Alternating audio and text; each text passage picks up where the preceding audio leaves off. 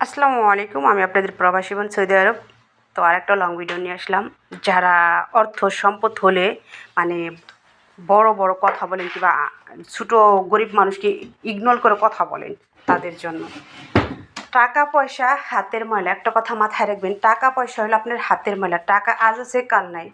তো আসলে কি দুনিয়ার পর সৎ পথে মানুষ টাকা উপার্জন খুব কম করতে পারে। যারা অসৎ পথে চলে তাদের টাকা পয়সার ইনকাম বেশি, আয় উন্নতি বেশি। তবে একটা কথা কি, ওই সমস্ত মানুষের আবার ওই পারে বিচার দিতে হবে যে টাকাগুলো কোথায় থেকে কামাইছে, কেমনি ইনকাম করছে। আপনি সৎ পথে 1 টাকা কামাইবেন, দেখবেন আল্লাহ পাক আপনার 1 টাকার মধ্যে হাজারো বরকত দিয়ে রাখছে। ঠিক আছে, 1 টাকার মধ্যে এতটা বরকত যা বলার বাহিরে। আপনি ছেলে সন্তান, মা বাবা, আত্মীয় স্বজন নিয়ে হ্যাপি। আর আপনি এই পারে মানে ঘুষ খাইতেছেন, মদ খাইতেছেন, হালাল খাইতেছেন, মানুষের আত্মসাৎ গরিবের টাকা মাইরা নিতেছেন। একজনে বিচার করতে গেলে এখনকার দুনিয়ায় কে এসে গেছেন, একটা বিচার করতে গেলে যে বেশি টাকা দেয় তার পক্ষে মানুষ কথা বলে, যে টাকা না দেয় তার সাথে কেউ কথা বলে না, মানে তার পক্ষে নাই, সে নিরীহ। একটা কথা মাথায় রাখবেন, যে এই যে আপনি মানুষটাকে ঠগাইছেন, এই টাকা খেয়ে অন্যজনের বিচারটা করছেন, এটির বিচার কিন্তু উপরে দিতে হইব। ঠিক আছে, ওই যে কবরস্থান আছে না, কবরস্থান, কবরটা কিন্তু আপনার জন্য, আমার জন্য। যে 50 কোটি টাকার মালিক, তার জন্য ওই 3.5 হাত জায়গা। যে 1 টাকার মালিক, কাপড় চুপড় নাই, রাস্তাঘাটে বিক্রি করে খায়, তার জন্য ওই একই জায়গা, 3.5 হাত মাটি নিচে, আর হলো আপনার সাদা কাপড় 3 টুকরা।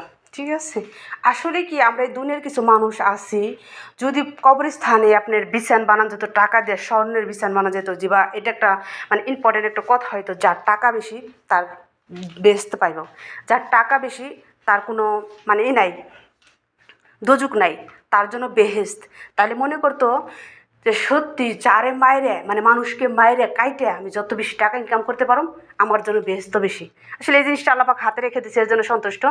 আর কি বলবো, আর অনেক মানুষ আছে ভাবে যে টাকা পয়সা বেশি হলে, না না ভাই, টাকা পয়সা আপনার যত বেশি হবো তত হিসাব দিতে হবো, তবে সৎ পথে যদি কাজ করেন অতটা হিসাব নাই। ঠিক আছে, তো আপনারা যেটাই বলেন, মুরব্বীর একটা কথা বলতো, সৎ খাও, হালাল খাও, নাচতে নাচতে বেহেস্তে যাও। আপনি সৎ হালাল খাবেন, আপনি নাচতে নাচতে বেহেস্তে যাবেন। ঠিক আছে, আর কখনো কোনো মানুষকে ছোটো করে কথা বলবেন না, যে না ও এটা সেটা না। আপনি একটা কথা মনে করে রাখবেন, যারা বড় লোক, আপনি মারা গেলে আপনার বিয়ে শাদিতে কিন্তু অনেক অনেক মানুষ আসে দাওয়াত করে, কিন্তু মারা গেলে কিন্তু গরিব মানুষই কিন্তু আপনার এই কবর দেওয়ার জন্য, মানে জানাজারের জন্য আসে। ঠিক আছে, কখনো মানুষকে ইগনোর করে কথা বলবেন না, মানুষকে রেসপেক্ট করা শিখুন। আর টাকা পয়সা সৎ পথে কামান। একে একে দেখেন বাংলাদেশে ধর্ষণ, অ্যাক্সিডেন্ট, ছিনতাইকারী বেড়েই চলতেছে। কিসের জন্য জানেন? আমাদের বাংলাদেশের মানুষ না আসলে দিন যাইতেছে, টাকা পয়সা কামাইতেছে আর অমানুষ হয়ে যেতেছে। ঠিক আছে, আর যেহেতু আমি একটা বাংলাদেশের মানুষ, কথাটা বলা ঠিক হয় নাই, তারপর বলতে বাধ্য। তো সবাই ভালো থাকবেন,